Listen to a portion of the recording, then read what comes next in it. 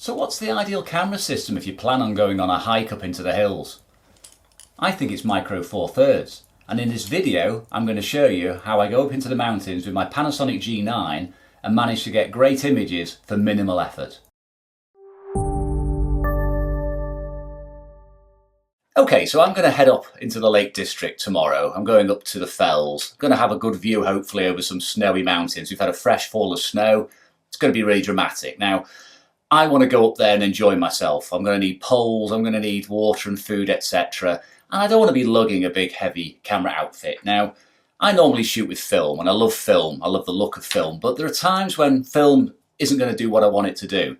But I still want to get that look of film. Now, I like to use Micro Four Thirds cameras. I've used them for about 7 years. I started off with an old EM5 Mark I Olympus, and they have some distinct advantages over other digital systems and other film cameras as well. Now, the best thing about this is it's not that heavy. I mean, it's a substantial camera, but compared to full frame or even a crop sensor, it's quite lightweight and compact. Lens-wise, I just have two lenses. I have the equivalent of a 24-70 and a 70-200. Now, these are both f2.8, so they're fast lenses, yet still very, very light, compact.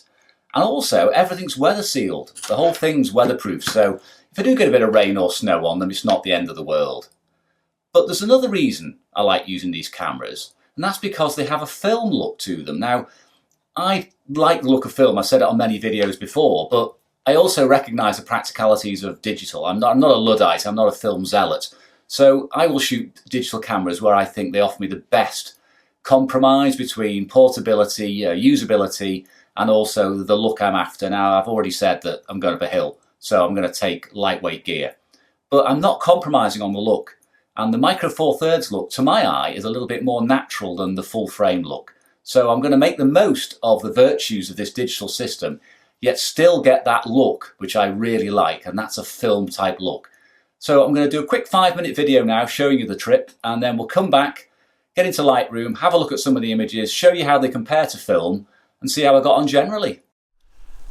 So we've come out to the Lake District today and we're up by Waterhead at Ambleside, and it's going to be a sunrise, hopefully as good as one we had a few years ago. I'll show you a picture of that in a second. Just need to get set up now because the light is coming up, and before you know it, it'll start catching the trees and the mountains behind us.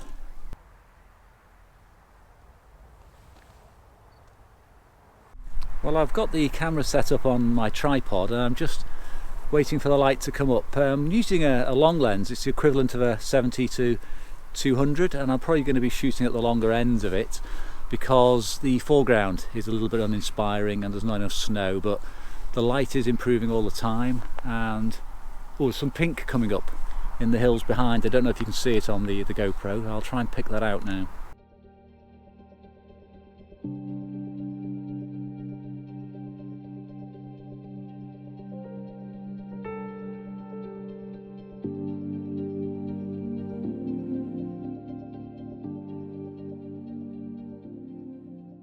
Well, I thought we were brave coming out with the cold weather, but there's some people going to go for a swim in the lake. It's absolutely freezing.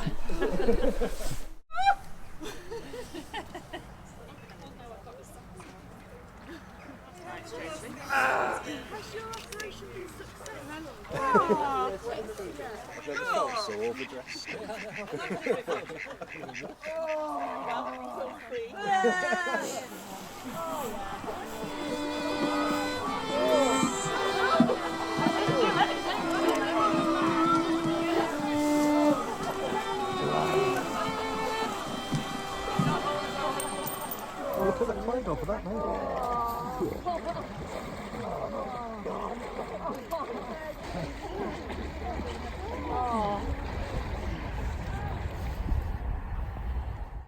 Well, we've got a few shots here now. The light has come up. As you can see, it really has been very pleasant stood here. My feet have gone a bit cold, but I couldn't complain really compared to those swimmers. But we are going to probably move on in about 20 minutes or so and get something to eat before we head off up to the fells. Now, getting back to the point of the camera, what I'm going to do with these images is to give them a natural sort of film look. Now, it's already most of the way there because, as I said at the intro, the Panasonic G9 has a sort of film-like look to it. It's something that's been commented on before by other people, and this is one of the reasons I'm using it. But the other reason is it's lightweight, and I have a huge choice of focal lengths in very, very compact sizes.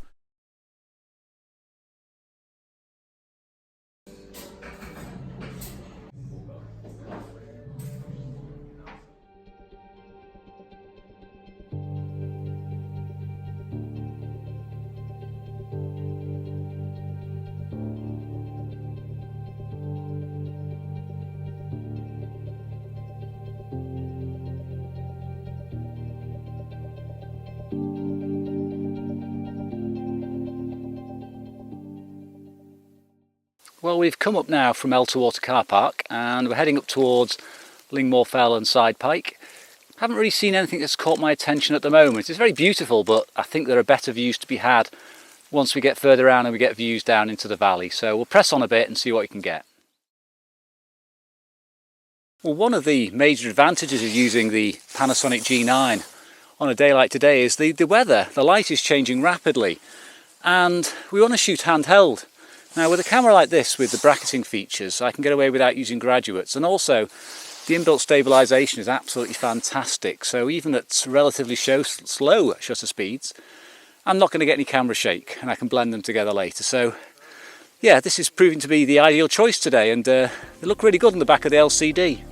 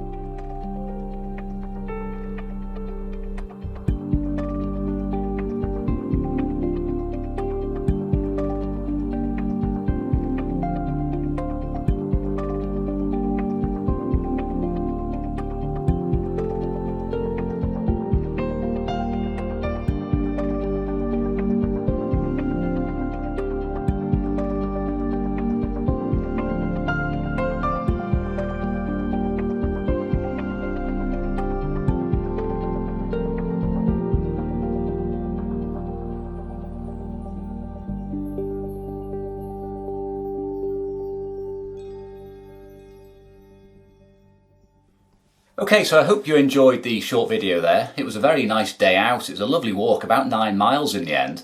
And at the end of it, I didn't feel in the slightest bit tired. And I'm normally absolutely worn out if I'm lugging my Bronica or a large format camera up there, because the lens is way more, it's a bigger body, I need a bigger tripod, all the paraphernalia is enlarged. But with this Panasonic G9, yeah, I didn't really notice it that much, even though I was carrying the additional lens as well, which is the telephoto zoom. I think they're quite substantial, but really, and one of the things that really surprises me with Micro Four Thirds is that, particularly with these later bodies, the Panasonics and the Olympuses, is the fantastic image stabilization. Now, in essence, it means you can actually go out for a day and not take a tripod, unless you want to shoot long exposures or it's going to be very late into the evening or very early in the morning. You can handhold these things down to sort of around about a second or even more. It's absolutely incredible the way that they do it. And it's something, although I have had it on larger format cameras like the sort of the Sony A850, and I also had it on a couple of APS-C cameras, it's never been as good. The stabilization's never been as good as Micro Four Thirds. It's a much smaller sensor. And another advantage to cameras like this is obviously the depth of field. Now, the larger apertures give you the same depth of field. So if you're used to shooting at f11 with your full frame cameras, the equivalent aperture is about f5.6 on Micro Four Thirds. So you can keep your ISO speeds lower, which increases the quality, and you can hit the lens in its sweet spot. Now, most Micro Four Thirds lenses are pretty much at their best, either wide open or just one stop down, particularly these zooms. They're absolutely fantastic at f4. I mean, I can't really fault them at all. So I've got an ideal outfit for going up into the hills. So anyway, Enough about the cameras, let's have a look at some of the images and let's see how I process them and how they compare to film. Okay, so here we are in Lightroom now, and I've brought in, I think, the images that best show the qualities of Micro Four Thirds. I have the first image here, which is it's a sort of cropped down to a semi-panoramic. It's a scene across the lake, and the colours are muted. I've played down these colours. I'm not one for super saturated images. I find them quite garish. They appeal initially, a bit like fast food, but like fast food, you know, you wish you hadn't eaten it later. So I find the images which I like in the long term are more natural and more played down. So I've kept the look quite real in terms of these trees and also the sky. I brought it down a little bit, but I was using the graduated filter, so that is quite natural. That's pretty much how I recall the scene to my eyes. Now, one of the images I really liked, and I think demonstrates the sort of look that I'm after with Micro Four Thirds, is this one of the mountains here. Now, this was quite a straightforward shot, did it handheld. I bracketed the image and I managed to just stitch it together later in Lightroom, and it's given me a very natural rendering, and I love the colours. I mean, I've got very subdued oranges in here, and also the greens. The greens are very natural to my eye. It really does remind me of the scene. And also in the sky, I've kept it quite modest. Just put a bit of extra into the sky with a bit of a graduate in Lightroom. Very easy to do. But what I really appreciate though is this sort of pastel look. If you look at the trees here, they're not super fine definition. They're a little bit painterly, to be honest. They're sort of, well, they're like film. They actually remind me of my film look. It's almost as if there's a bit of texture in there, and that's come from the smaller sensor. It hasn't got the same resolving power or the same clarity as a full frame sensor. And in lighting like this, I think that actually gives a nicer look. I actually think that's more pleasing to the eye. Now, I have, for comparison's sake, got a film image here. Now, this was taken in the Lake District exactly 4 years ago, so the same time of year, similar terrain. Now, this is shot with Kodak Ektar, which is a 100 speed negative film, very, very saturated for negative film. Very natural again to my eye. These colours in here are very muted within the old dead bracken and heather. Again, the grass, a natural colouring, and the sky. The sky is very much reminiscent of what I felt on the day. And if we take a look at these images side by side, the latest one and the film image, although clearly different subject matter and different formats, to my eye, there's actually a similarity between them. I think that the film and digital image complement each other, and I could certainly make the digital image look very close to the film image. I've actually got one here which I've added a bit of grain to show you the difference, the similarity between the two. So here I've added grain into the image, and you can see here, and pardon the apologies for the sky in the film image. I haven't processed this image particularly well. It's got a lot of dust and scratches in there. But I think it illustrates the point that the colours and the look can be made very similar. Now also the film image is very soft. It's a very basic scan, and I haven't sharpened it at all. So yeah, it looks absolutely terrible compared to the digital image. But sharpened up, that will give a very close rendition of the scene, and I could make them both look like each other. Out of interest, I'll be doing a video collaboration with my friend Robin in a few months' time, where we go out, one of us shoots digital, one of us shoots film, and we try to emulate the look of film using just standard Lightroom and Photoshop techniques. So that should be quite interesting. Yeah, so you can actually use digital cameras alongside film cameras, and there's no tension between the two. I mean, I don't see a problem in using film and digital. I like both. I've said many a time I'm not a Luddite. I prefer film cameras for many reasons, and I like using film cameras, but there are many times when digital cameras, and particularly the likes of the Micro Four Thirds, allow me to work in such a way that I wouldn't have got those images up on the snowy hills with a film camera, because I'd have been tired, I'd have been worn out. I wouldn't have had the lens choice. I mean, this long lens here managed to get me the image of these hills. That's at full 200mm. I've got nothing like that in my medium format or large format film cameras, so I couldn't have taken this image. Similarly, when the light dipped down, I have this image here on the screen. This was taken just after sunset, so very low shutter speed. We've got 50th of a second at f6.3 at ISO 200. So I would have had to shoot that with Ektar at a, 1/25th of a second. So I'd have broken out the tripod. And also f6.3 gives me plenty of depth of field with Micro Four Thirds. I'd have been down at f16 or f22, so my shutter speed would have been considerably lower. It would have been really, really slow. And the boat was moving slightly. I'd have got movement in the mast and the rigging, so I couldn't have taken this image. So the Micro Four Thirds camera let me capture something that in this instance the film camera wouldn't have given me. Now I've added a little bit of grain to this image because I found it too clean. I really find clean skies give the eye nothing to latch onto, and by adding a bit of grain in here it looks sharper. Grain is something the eye can latch onto. And I've also kept the processing quite subtle.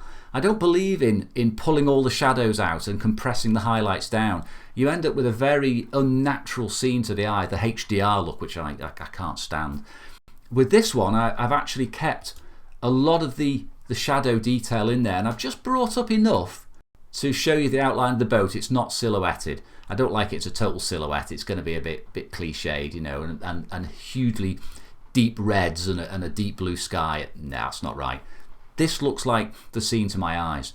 This is a natural rendering of the scene, and the Micro Four Thirds camera again gives me very much closer to that look than I would get with a full frame camera. You can make full frame look like this. You just have to put more grain into it, knock off a bit of the sharpness, just rough it around a little bit. So anyway, that's enough of me talking about Micro Four Thirds. I will be out shooting with the Micro Four Thirds system again in the future. I'll also be using one of my older Micro Four Thirds cameras because it's even more compact, and I won't be using the fast lenses. I'll take something even smaller and lighter because I think the virtues of these cameras are their sensors and stabilization.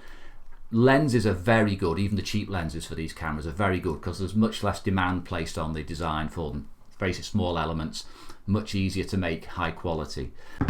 I do hope you've enjoyed the video. I enjoyed the outing and I enjoyed putting this together. And yeah, a little bit different for me shooting digital, but I shoot digital, I shoot film. I just like shooting out in the landscape. I like being outside, and I like making this sort of content. So I do hope you've enjoyed it as ever, and I will see you again on the next trip.